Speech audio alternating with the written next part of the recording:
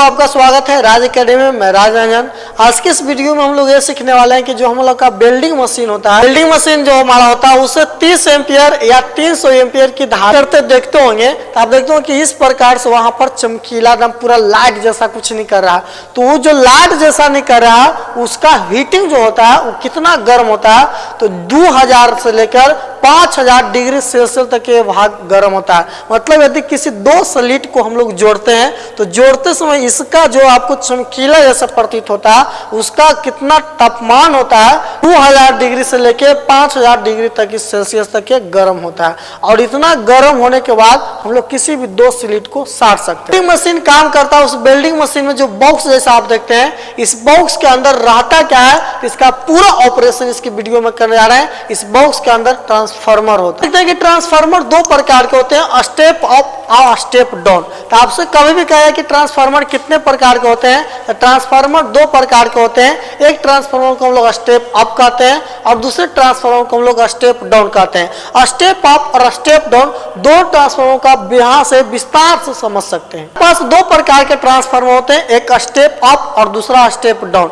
जो ट्रांसफार्मर की यदि बनावट की बात किया जाए तो इसमें दो क्वाइल होते हैं, एक को प्राइमरी क्वाइल कहते हैं और दूसरे को सेकेंडरी क्वाइल कहते हैं। जो प्राइमरी क्वाइल होता है इससे हम लोग धारा से जोड़ते हैं और जो सेकेंडरी क्वाइल होता है इससे हम लोग लोड को जोड़ते हैं। स्टेप अप ट्रांसफार्मर का काम है कि वोल्टता के मान को बढ़ाता है और धारा के मान को कम कर देता है। तो हम लोग को तो धारा अधिक चाहिए, 30 एम्पियर से चाहिए हमको 300 एम्पियर तक, 500 एम्पियर तक। तो हम लोग ऐसा कहते हैं कि स्टेप अप ट्रांसफार्मर का उपयोग जो हमारा वेल्डिंग मशीन है उसमें नहीं कर सकते हैं, क्योंकि इसमें वोल्टता का मान बढ़ रहा है और धारा का मान कम हो रहा है। अब देखिए, धारा अधिक लाना है तो इधर हम लोग मोटा तार को लगाते हैं, कम लपेटा, जबकि वोल्टता के मान को बढ़ाना है तो हम लोग पतला तार को लगाते हैं और इसकी मोटाई क्या होती है, अधिक होती है। तो ये दो चीज से हम लोग देख सकते हैं कि प्राइमरी क्वाइल और सेकेंडरी क्वाइल के दोनों के बीच में हम लोग गैप भी छोड़ देते हैं। तो गैप जो छोड़ते हैं, आपसे गैप छोड़ते हैं तो इससे क्या निकलता है, चुंबकीय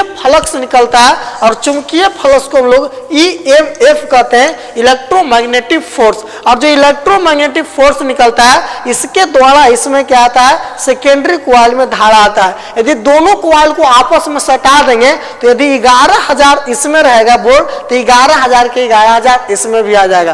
तो ये आप सोचिए, ये तो अच्छा बात नहीं है, जितना इधर जितना इधर, तो हमको तो कोई फायदा नहीं हो रहा ट्रांसफार्मर लगाने से।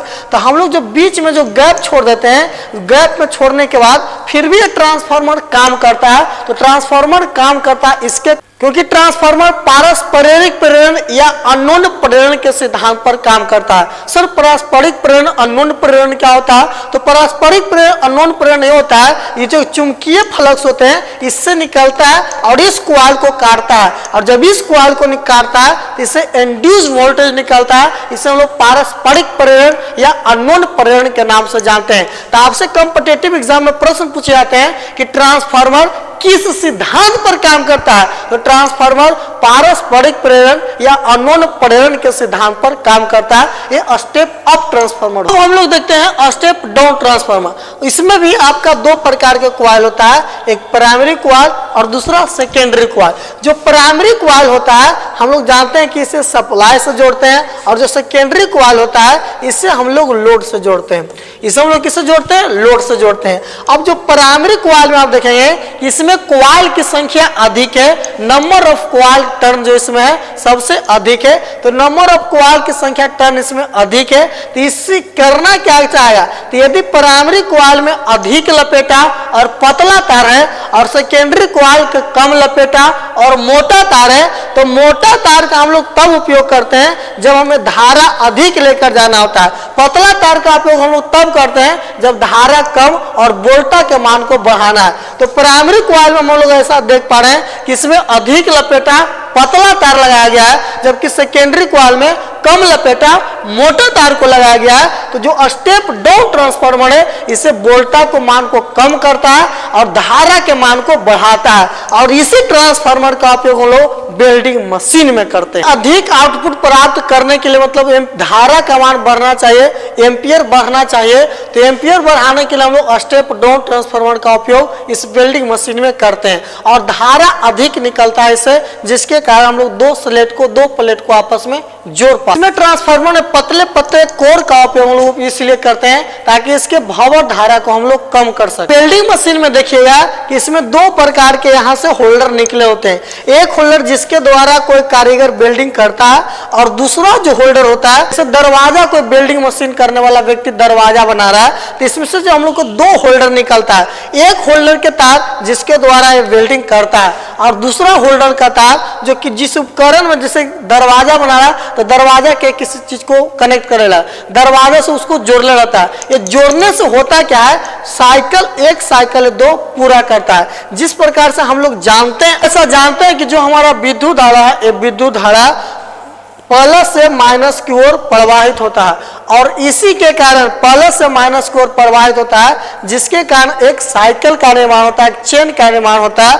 और वही वेल्डिंग मशीन में होता है। जो होल्डर पकड़कर कोई कारीगर वेल्डिंग करता है और एक इसका होल्डर जो से जुड़ा रहता है तो इससे प्लस वाला लाइन आता है और जो जुड़ा रहता है उससे माइनस वाला करंट आता है और प्लस माइनस से दोनों जाकर मशीन में अंदर मिलता है और इससे एक साइकिल का पूरा करता है। इसी प्रकार से हम लोग जानते हैं कि एसी धारा जो है प्लस से माइनस की ओर प्रवाहित होता है। अब प्लस इसको आप दे रहे हैं, दरवाजा वेल्डिंग करते समय इसमें एकदम सटैले है कि वो वेल्डिंग हो जाओ, अब माइनस में कर गायब कर ले तो वेल्डिंग नहीं होगा क्योंकि उसका साइकिल पूरा नहीं हो रहा। तो इसके कारण आपका वेल्डिंग कभी कभी नहीं होता। कभी कभी आप ऐसा भी देखोगे कि आप वेल्डिंग कर रहे हैं, धार लेता है तो मशीन में अंदर गन कर लगता है, तो गनगनाई इसलिए लगता है क्योंकि इससे जितना धारा प्रवाहित हो रहा है वो डायरेक्ट जाके अंदर मिल रहा है। बाप रे बाप, हम इतना मानी ना सब, इसलिए घन घुन करे लगता है अंदर। तो इसी के कारण आपको घन घुन की आवाज भी आती है। ये सब चीज लगा देते हैं ताकि जब हम वेल्डिंग करें तो यदि वायु वहां पर रह गया, एयर रह गया तो वेल्डिंग सही से नहीं हो पाता है। और ये वाला करता कि इसको हम लोग दो स्लीटों के बीच में इसको सटाते हैं वेल्डिंग रॉड को, तो एक ये वाला क्या होता है, ऊपर का भाग इसका जलकर धुआं देता है और जैसे ही धुआं देता है तो वहां पर ऑक्सीजन खत्म हो जाता है। जैसे ही ऑक्सीजन खत्म होता है एक प्लेट दूसरे प्लेट से आपस में जुड़ जाता है। इसके कारण इसके ऊपर हम लोग लेपन का काम भी कर पाए। होप आप सारे चीज को समझ पाए होंगे। मिलते हैं हम लोग किसी नेक्स्ट वीडियो में, तब तक के लिए बहुत बहुत धन्यवाद। जय हिंद।